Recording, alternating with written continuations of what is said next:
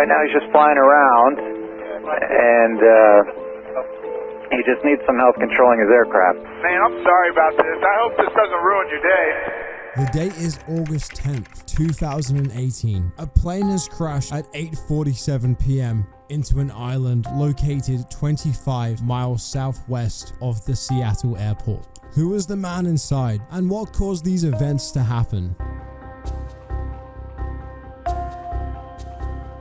Hi, I'm Bieber Russell, and I'm a ground service agent. That looks like him to you. And that's Richard right there.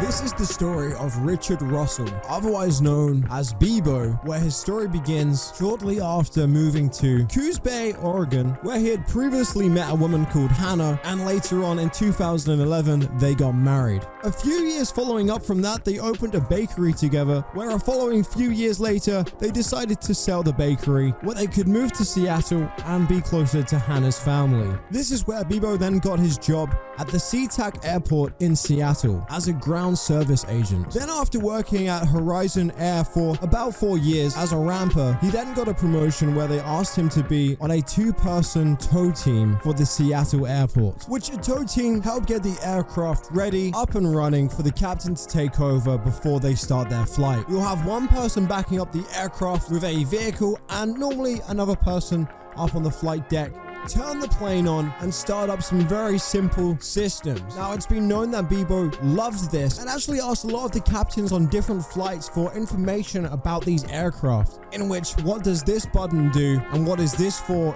etc. Really showing that Bebo was very fascinated with the aircraft that he was working in. Something we all thought would be harmless, maybe someone who was just curious more than anything else. The tow team, they have access to talk to air traffic control. They can turn, they know how to, they've been trained to turn on and off the plane, and things that that I wouldn't know, or regular ramp agents wouldn't know anything about. Until one day Bebo got caught touching something on one of the airplanes that he shouldn't have been touching, that one of the other pilots had taught him about. Now, for obvious reasons, it's never a good idea for anybody to be touching something on an airplane that you haven't been instructed to do so. And while Bebo got caught doing this, and a captain came forward and actually reported Bebo to the Seattle airport. But honestly, nothing really came of it. The only thing that really happened was Bebo got a slight telling off and probably was just embarrassed more than anything else. But like a lot of the people that worked at this airport, they all felt it was very unfulfilling and quite a boring and repetitive job after a while. Bebo definitely wanted to be much better and maybe even become a pilot himself, hence why his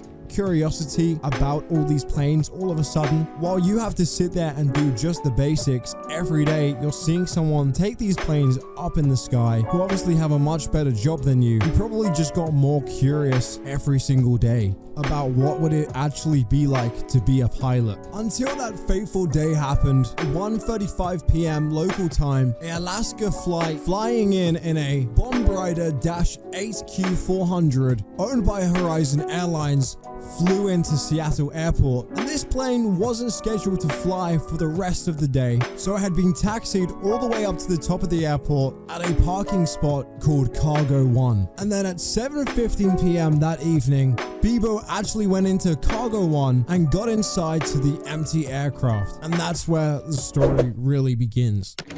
Part of his work, the thing that keeps him going. If that plane leaves the ground and you're not with him, you'll regret it. Maybe not today, maybe not tomorrow, but soon and for the rest of your life. What about us? Thrust detected. Over. Anti-ice. Oxygen system. Pre-flight. Post-flight. Computers. Ordnance. Instruments. Level up. Adverse yaw. Check. Handle. Snake flight. Explain. Describe. Identify.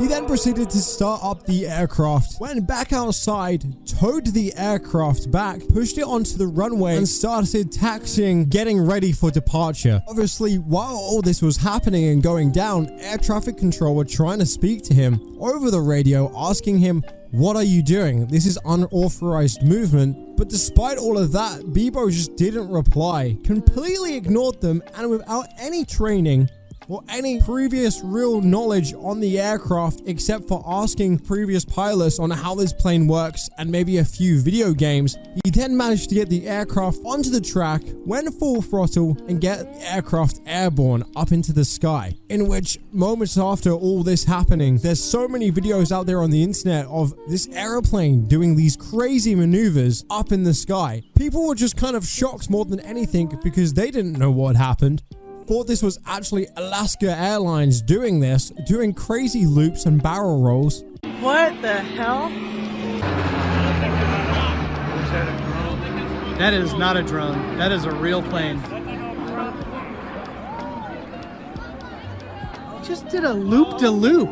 Oh, and there's like a jet. That's a jet. That's a fighter jet. And again, one of the things that is so crazy about this is that pilots have actually come out and said some of these acrobats that Bebo's doing are really hard and challenging and would actually normally take quite a lot of skill to even try and pull this off.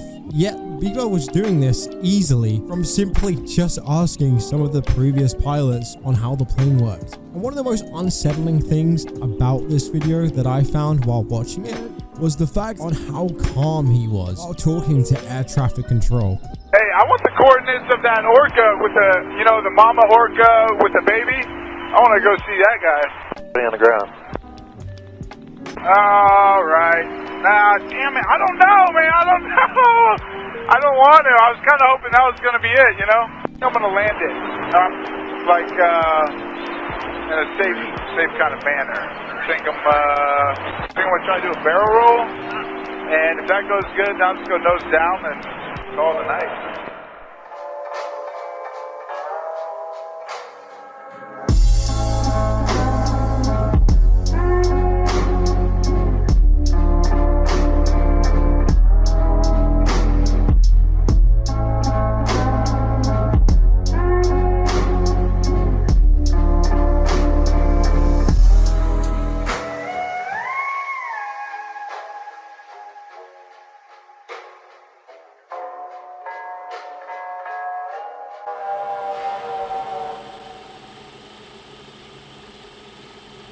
The time is 8:46 p.m. After 73 minutes in flight, Richard Russell has crashed his plane on a small island close to Seattle. His family is devastated, as he knew they would be. He even said while flying the aircraft, I got a lot of people that care about me, and it's going to disappoint them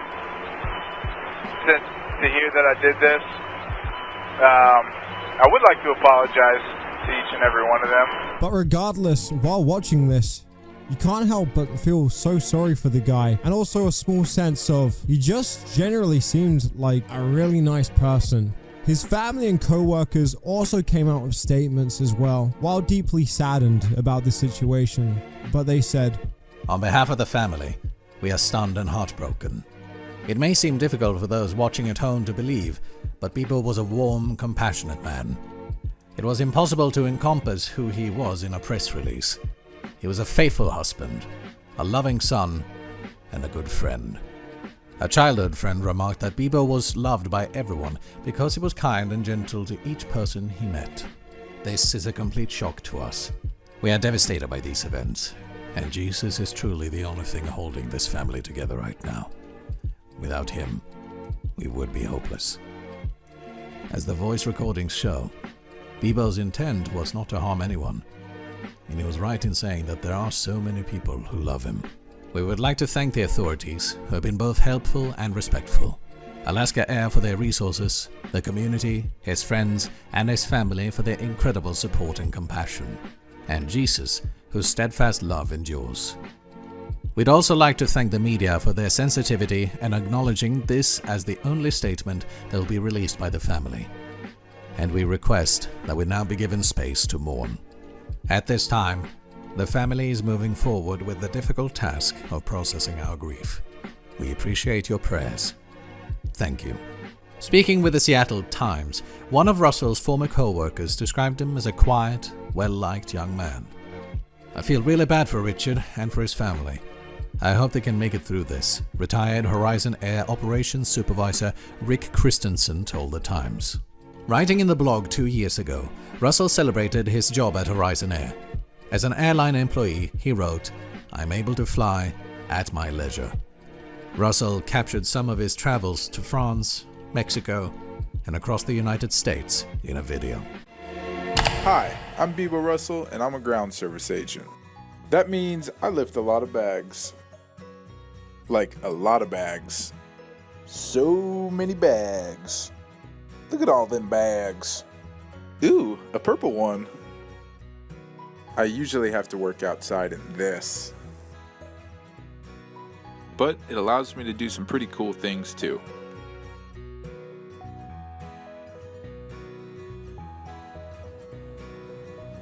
Most importantly, I get to visit those I love most.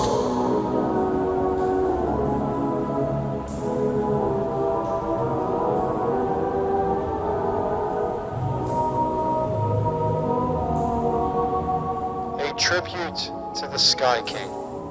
So anyway, boys and girls, there we have it. That is the end of today's video. I remember this story happening in 2018, and I remember the news hitting and watching this pretty much straight away. Just hearing about this sad story of this man that was clearly going through something, hijacking this plane and crashing it in Seattle. But boys and girls, I hope you did enjoy this little tribute video to the Sky King. If you did, please make sure to hit the like button, share this video around. Well, boys and girls, I hope you have a great rest of your day, and I'll see you all in the next video.